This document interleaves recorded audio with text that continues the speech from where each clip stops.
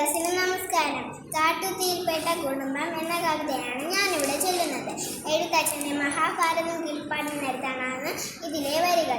അരണ്യം തന്നിൽ പിടിപ്പെട്ടിതു വഹ്നിദേവൻ, കരഞ്ഞു തുടങ്ങിനാൾ ജരിതാത്താനുമപ്പോൾ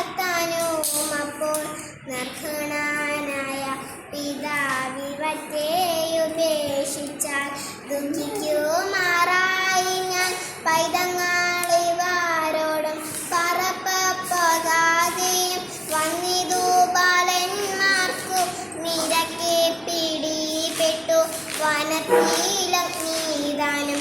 ഞാനിവറ്റയെ എന്തോർത്തതെന്തമ്പൂരാനെ, കാനനത്തിങ്കലഗ്നി പിടിച്ചു നാലുപാടും. ഇങ്ങനെ കരയുമ്പോൾ പൈതങ്ങളുരാ ചെയ്താർ, എങ്ങാനും പൊയ്ക്കൊള്ളുകമ്മേ നീ കൂടെ മരിക്കേണ്ട. ഞങ്ങൾ ചാകിലോ പിന്നെ പെറ്റു സന്തതിയുണ്ട, എങ്ങനെ ഉണ്ടാകുന്നു നീ കൂടെ മരിക്കിലോ. ഞങ്ങളെ സ്നേഹിച്ചു നീ സന്താനം മൂടിക്കേണ്ട, മംഗലം വന്നു കൂടും പിന്നെയുമെന്നേ വരൂ എന്നതു കേട്ടു പറഞ്ഞിടിനാൾ ജരിതയും. എന്നുടെ പൈതങ്ങളെ നിങ്ങളുമൊന്നു വേണം, ഇക്കണ്ട മരത്തിൻ കീഴുണ്ടേലി മടയതിൽ ഉക്കുകൊള്ളുവിൻ നിങ്ങളെന്നാൽ ഞാനൊന്നു ചെവിൻ.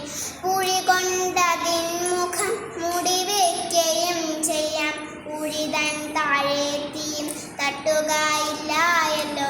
കീഴെ പോയി കിടന്നുകൊണ്ടിടുവിൻ, തീയാറിയാൽ പൂഴിയും നീക്കിക്കൊണ്ടു കൊന്നുകൊള്ളുവാനല്ലോ.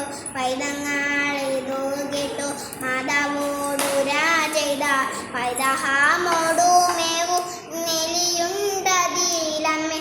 പറപ്പാൻ ചിറകില്ല നടപ്പാനില്ലാകാലും, ഇറച്ചി കണ്ടാലേലി പിടിച്ചു തിന്നുമല്ലോ. ജന്തുക്കൾ ഭക്ഷിച്ചിട്ടു മരിക്കുന്നതിൽ ഭേദം വെന്തു ചാകുന്നതത്ര ഗതിയെന്നറിഞ്ഞാലും.